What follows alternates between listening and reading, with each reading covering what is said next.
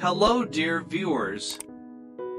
Today's story is about the loving journey of CEO Toan and his wife, Ly Tu Diem, as she enters her 8th month of pregnancy.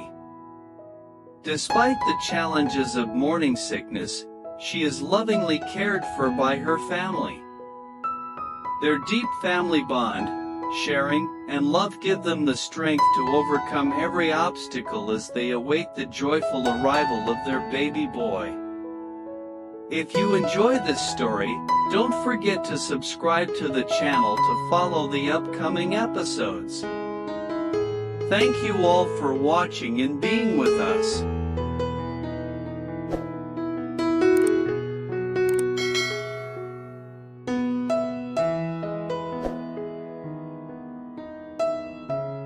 Early in the morning, soft sunlight filtered through the curtains, casting faint beams onto the white walls of the Tran family's villa. Birds chirped outside in the garden, signaling the start of a peaceful new day. But upstairs, in one of the rooms, the air was tense and filled with concern. Toan, the CEO of a major real estate corporation, was seated in his home office, eyes fixed on the computer screen, headphones on, in a video call with foreign partners. The meeting was reaching a critical point when the door suddenly swung open.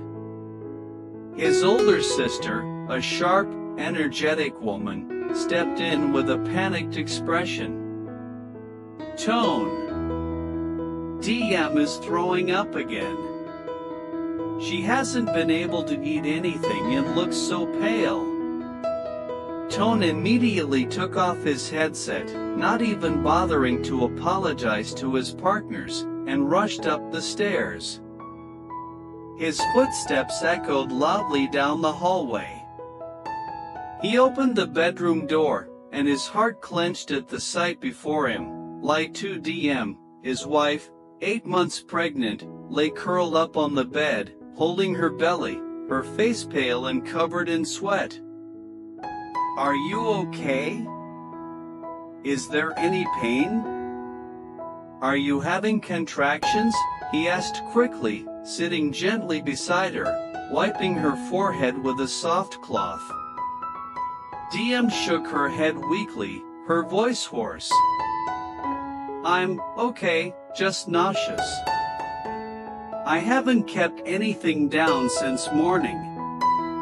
Just then, Toan's mother, a graceful, experienced woman, entered with a bowl of warm rice porridge and a cup of ginger water on a tray. Sitting next to her daughter-in-law, her eyes full of worry, she said, "Try eating a few spoonfuls of this minced pork porridge I made. There's fresh ginger in there too. Maybe it'll help. My grandson can't be letting his mommy get so exhausted like this." Toan gently helped his wife sit up, scooping small spoonfuls of porridge and holding them to her lips. Diem ate very slowly, forcing down each bite. He knew she was pushing through for their little baby boy growing inside her, the result of a love they had waited years for. In that moment, Toan's sister came in with a warm towel, softly wiping Diem's wrists and neck.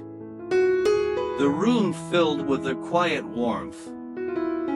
No one said much, but each action, each look, was filled with care and the unspoken bond of a true family. Suddenly, Diem began to cry. The tears streaming down her face weren't from pain, but from emotion. She reached for her mother-in-law's hand and whispered through tears, "I'm sorry for making everyone worry." Her mother-in-law smiled gently and squeezed her hand. "You're my daughter-in-law and the mother of my grandson.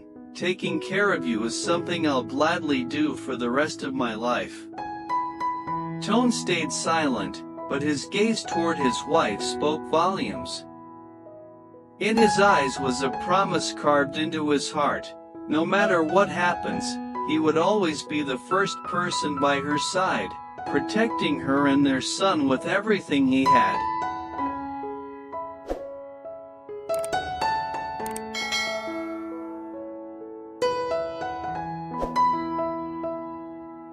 That afternoon, the soft sunlight bathed the small garden behind the Tran family's villa. The early summer breeze carried the sweet scent of jasmine blossoms, adding a gentle touch to the air.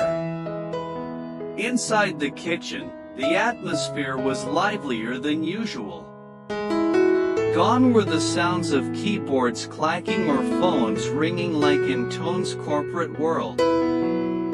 Instead, the kitchen buzzed with the sounds of chopping vegetables, ladles clinking against pots, and soft laughter shared between three busy people. Toan, the usually composed and serious CEO in suits, was now wearing an apron, awkwardly slicing carrots into thin strips. Despite his efforts, each slice came out crooked, none resembling the last. His older sister, standing beside him, couldn't help but chuckle. "Just give me the knife already. If you keep cutting like that, the carrots will turn into porridge." Their mother stood at the stove, gently stirring a pot of chicken and lotus seed porridge. She spoke softly, almost as if she was talking to herself. "You need to add a bit of bone broth for the porridge to be naturally sweet. Diem's appetite has been poor this month. We have to nourish both her and my grandson somehow." Toan turned to look at his mother, then his sister, and a strange, tender feeling welled up inside him. He had always thought that family was just a blurry foundation in a life filled with business and pressure. But today, seeing his mother carefully adjusting the seasoning, his sister meticulously shaping ginger cookies like they were for her own child, and himself, a man who used to only delegate tasks, now fumbling around in the kitchen for his wife, he realized something. True happiness wasn't found in million-dollar deals, but in this very moment, when the whole family came together for the woman carrying the most precious gift of all. In the living room, Ly Tu Diem rested on a soft recliner. Her belly, now visibly round, shifted occasionally, gentle kicks from their baby boy. Though still tired, she couldn't hide her smile whenever she heard the cheerful commotion from the kitchen. She listened intently to Toan's voice asking, "Mom, do I add the fish sauce before or after the rice is soft?"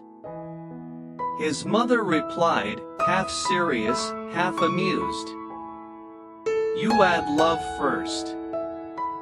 Everything else will turn out delicious after that." A while later, Toan brought it a food tray, a steaming bowl of chicken porridge, a small plate of ginger cookies his sister had made, and a warm glass of milk. He placed the tray on the table, gently helped his wife sit up, his eyes as gentle as they had never been in any business meeting. "The porridge is from Mom, the cookies from my sister, and those wonky carrot slices? That was my contribution," Toan said with a soft chuckle, like a proud child. Diem looked at him, then down at the bowl. She scooped a small spoonful, eating slowly. The sweet flavor of the porridge, the tender chicken, the subtle fragrance of lotus seed, it all melted in her mouth. Tears welled up in her eyes again, but this time, they were from happiness. She looked up and took Toan's hand. "Honey, when our son grows up, I'll tell him that his dad once stood in the kitchen just to cook porridge for his mom." Toan gazed back at her, his eyes glowing, his voice sincere. "I'll do more than that. As long as you stay healthy and our son arrives safely, I'll even learn to slice carrots for the rest of my life. Outside, the sun dipped behind the trees. But inside that little kitchen, the warmth of love and family still lingered, glowing brighter than ever.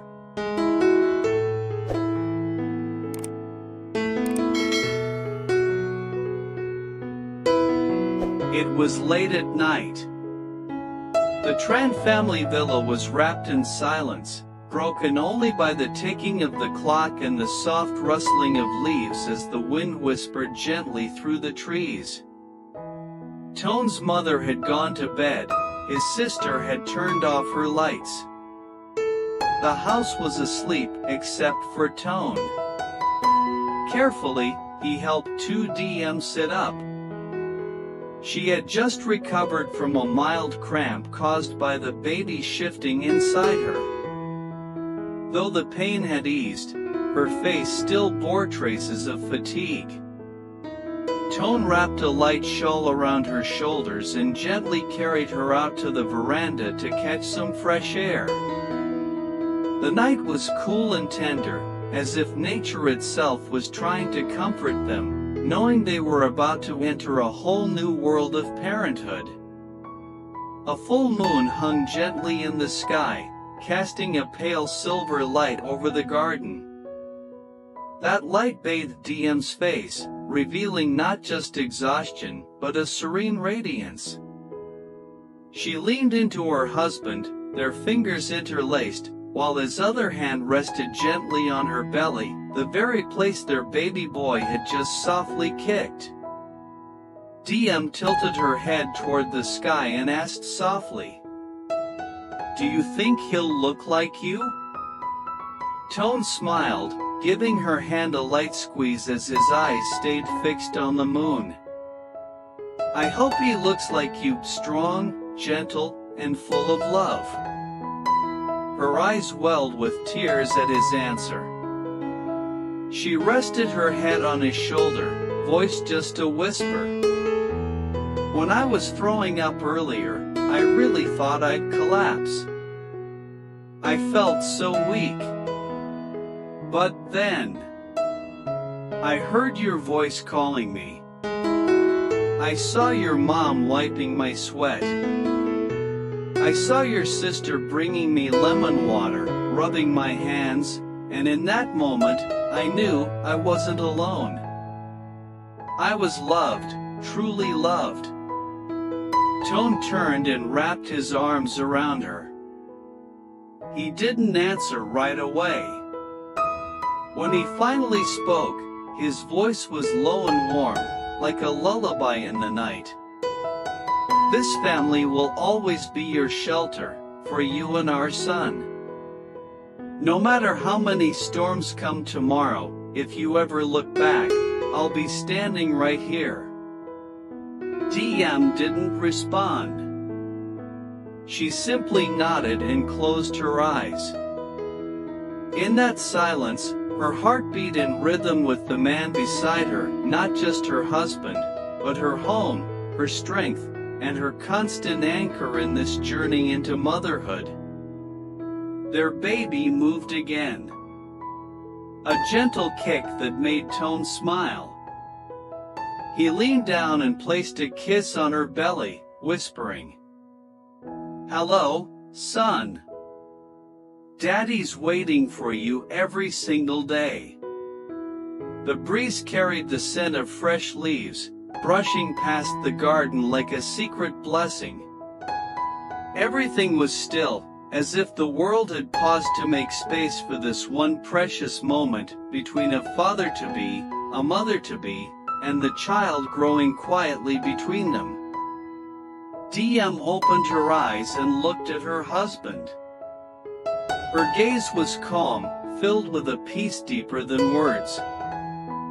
She smiled and said softly, "If our son grows up surrounded by love like tonight, I believe he'll grow into a good man." Toan nodded slowly, replying like a quiet promise. "He'll live in love." every single day. The moon still glowed, the wind still whispered, but within their hearts, something was blooming. It wasn't fear of the labor ahead, but a quiet confidence. A joy rooted not in perfection, but in being together. Unshakable love is the foundation for everything that was coming. Beneath the veranda, as their sun kicked gently and their breaths synced in the night, a little family was growing. No need for grand declarations. No need for fancy words. Just the truth of having each other, and that was enough.